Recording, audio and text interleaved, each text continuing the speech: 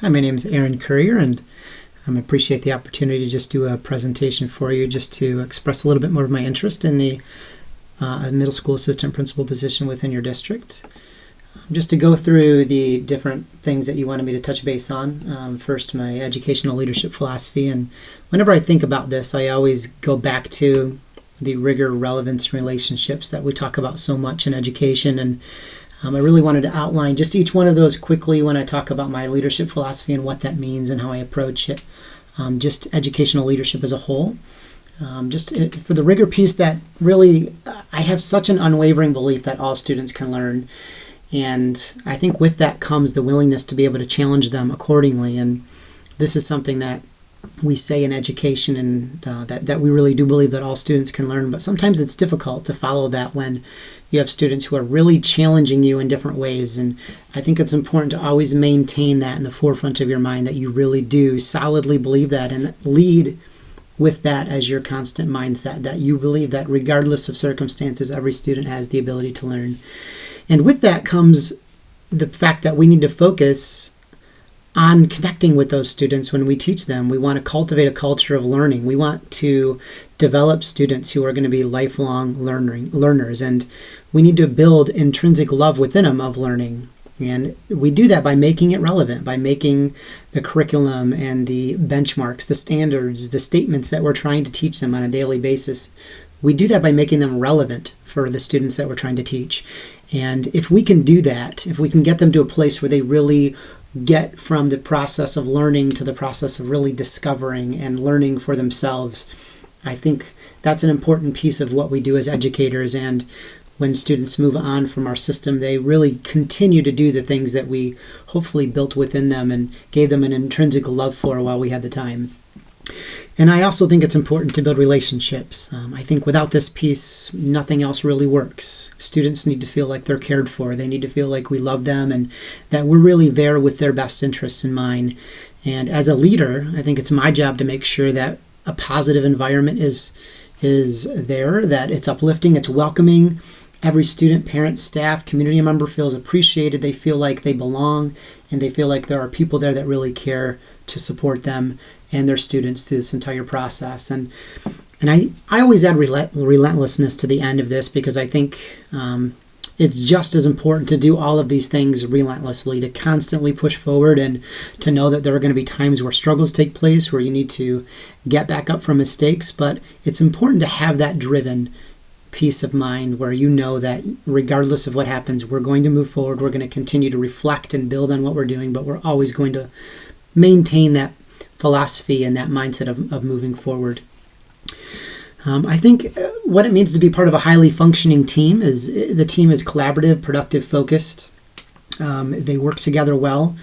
Good example for me was I was part of an elementary principals team where I would meet with the elementary principals in the district on a monthly basis, and we functioned well together. We came together with an agenda. We left with an action plan. Everyone knew exactly what they needed to do, but we really built that around we had ways that we interacted while we were together in those meetings to make sure that those positive and productive norms had been established. So our meeting time was as productive as possible. But I think it's also important to be collaborative through that process. Everyone, needs to have time to be able to speak their opinions and bring examples to the table, so you can really have an appropriate discussion and really make the best decisions in whatever the topic and the goals are for that specific meeting. I looked at Jefferson Middle School briefly when I looked at strengths and weaknesses. M-STEP assessment data on my school data was there. Obviously, this data is fairly new. It's a little bit tricky to look at and see where our students are growing because this is new data, but it does do a pretty decent job if you want to compare students to their peers across the state. And what I noticed that stood out with me when I looked through this was there was a significant difference in the proficiency when looking at students in the bottom 30%, and especially in the subject areas of math and writing. And this isn't necessarily atypical, but it is something that should be looked at and approached. And what I could bring to the table is that I've developed a professional development model that allowed for ongoing reflection among teachers and PLCs to really look at and improve on student achievement data. And we also worked on a team with other administrators and teachers to develop an excellent MTSS model that helped us to identify students who were struggling. For example, the bottom 30%, which is what you may look at for Jefferson.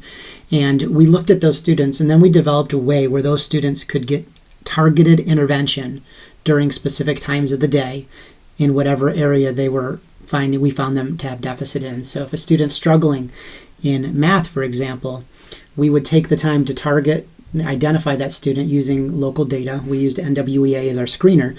And then once we've identified those students, give them time with an intervention specialist so they can sit down and actually hone in on the specific areas of deficit and then take that time to work with that student. And then, of course, it's important that that data be tracked ongoing.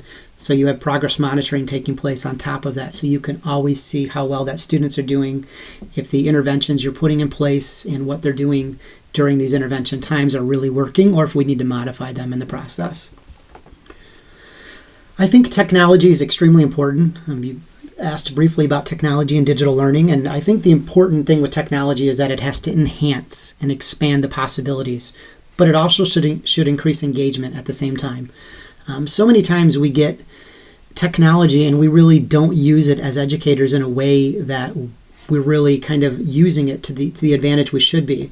Smartboards are a really good example. The district I was in, we passed a bond and we got smartboards, and so many times what we found is that teachers would just pick up the red pen or the blue pen and they would write on the smartboard, and that's really to the extent that it was used. And that's just a really cool digital replacement for a whiteboard. But what we really want to see with technology is it's not just a replacement for a typewriter, or it's not just a replacement for a whiteboard. It is an interactive tool that really expands the possibilities, but it also engages kids through that process. So I think as educators, it's important that we go through the process of helping kids understand how to use technology as a learning tool, but also use it as a tool to really enhance what they can learn through that process. My experience with resource allocation and management, the school I ran was a Title I school. We had over $100,000 worth of Title I money that was given on any given particular year, and for the most part we used that for intervention personnel. What I found with that was the best way to use that money was really on people, on staffing, on individuals who could take the time to work directly with those kids.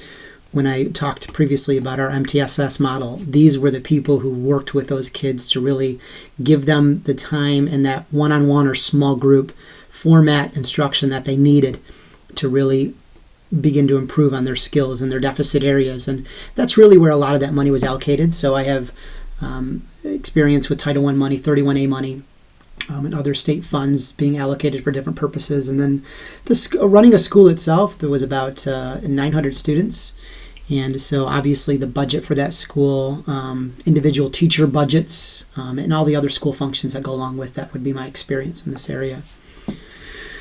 What I would do to maintain and increase enrollment in middle or high school I think it's important, like I talked about in my philosophy, to consistently work to maintain and improve upon relationships. And that's with the community, that's with parents, students, because people talk. And if they really feel like the leadership in a building is working to create an environment where everyone's welcome and where they really are focused on students first and want them to be successful, not just academically, but socially and otherwise, I think working to consistently improve upon that and those relationships and being visible for those parents and a constant advocate for the district as a leader, that's really what brings your people in, because the better the reputation you can develop for a school as a leader, that's what people talk about. And when they have a conversation about your school and you're not there, what are they going to say? And I think it's important to focus on that as a leader and constantly be working to improve upon that reputation.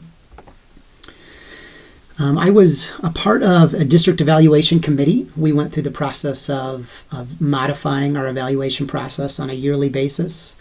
I was personally responsible for the evaluation of over 30 full-time teachers. It was one of the favorite things I did in my job. I think it's important when you go through the process of evaluating that you have taken the time to develop positive working relationships with your staff so you can have those hard conversations. But as a principal, one of the most rewarding things is getting into those classrooms, sitting down with the kids, asking them what they're doing, what they're working on, and why they're doing it, and then having conversations with the teachers after the fact and giving them some immediate feedback, but also opening up that door for those conversations to take place where you can really discuss, this is what I saw, what did you think about it? And that's where the power is in the process of evaluating, is that reflective conversation that takes place after. And so my experience is that is year after year as an administrator, really working with over 30 teachers, in those classrooms as much as possible, so I can give that feedback and have those conversations.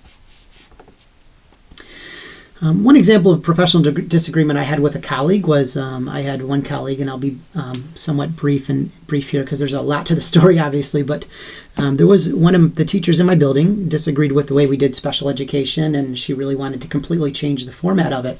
And I knew as the building leader that the large majority of teachers really wanted and appreciated the way that we did it for a lot of good reasons. And but I wanted to honor this teacher's opinion and what they thought. And I take a lot of Todd Whitaker's work into my philosophies and how I handle different situations. And he wrote a book called Shifting the Monkey, and he talked about a situation exactly like this, where, this was a teacher I knew that really was very high drama. They thought their opinion was everyone's opinion, and I knew that about them. Great teacher, but I knew that was a weakness. But when you think about what Todd Whitaker in this book talks about, he says in these situations, you really treat the teacher in this situation like it was your best teacher coming to you. What would you do? So I thought about that, and what I would do is I would say, well, we have a huge problem that we need to address. And I would get people together that were interested in discussing and brainstorming solutions. And I would do that, and we would come up with solutions. So that's exactly what I did. I sent out an email to the staff, and I said, hey, it's been brought to my attention that, there's some concern with our special education process, and I would like anyone interested to let me know, and we'll set up a time to meet. So we did. We got together. We had about 10 people come together on a committee, and we brainstormed the positive and the negative things that were going on. And what came out of that meeting was an overwhelming positive response to the way we were currently doing it. So I was able to honor that teacher's concerns, but I was also able to get people together to have a conversation about what worked and what didn't. And even though we didn't change the structure, we really were able to have a good conversation about what was in place, and some things that we could actually do to improve upon it came out of that. So I think it was important to honor that work. Even though I disagreed with what the colleague or what that teacher was saying, I also honored the fact that this is what they thought, and went carefully through a process of identifying it and then making sure that we were doing everything we could really for the best of kids. And just a final slide here, one thing I've championed that's important for kids.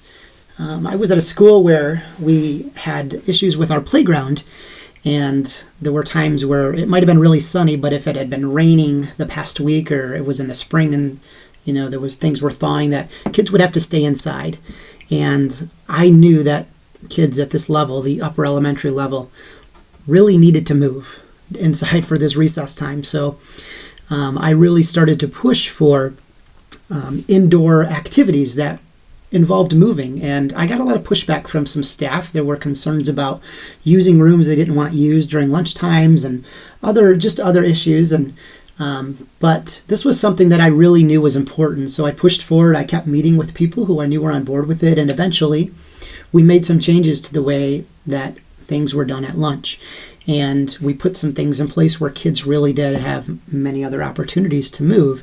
And what we found is that a lot of the feedback from teachers began to change after we went through that process, because we know by research that kids who move, at least get that time to move during that lunch and throughout the day, really, it makes a huge difference in their activity and the way they act in classrooms. And really, it has a direct impact on their achievement. So that was just one example of something that I did to just champion something that I really believed was important for kids, even though there was a lot of pushback through the process of it. So I believe I've stayed just under 15 minutes here. There was a lot to cover. Hopefully I covered it all thoroughly enough for you. I appreciate the opportunity that you've given me here, and I hope to hear back from you shortly. And I wish you the best of luck through your selection process. Thank you.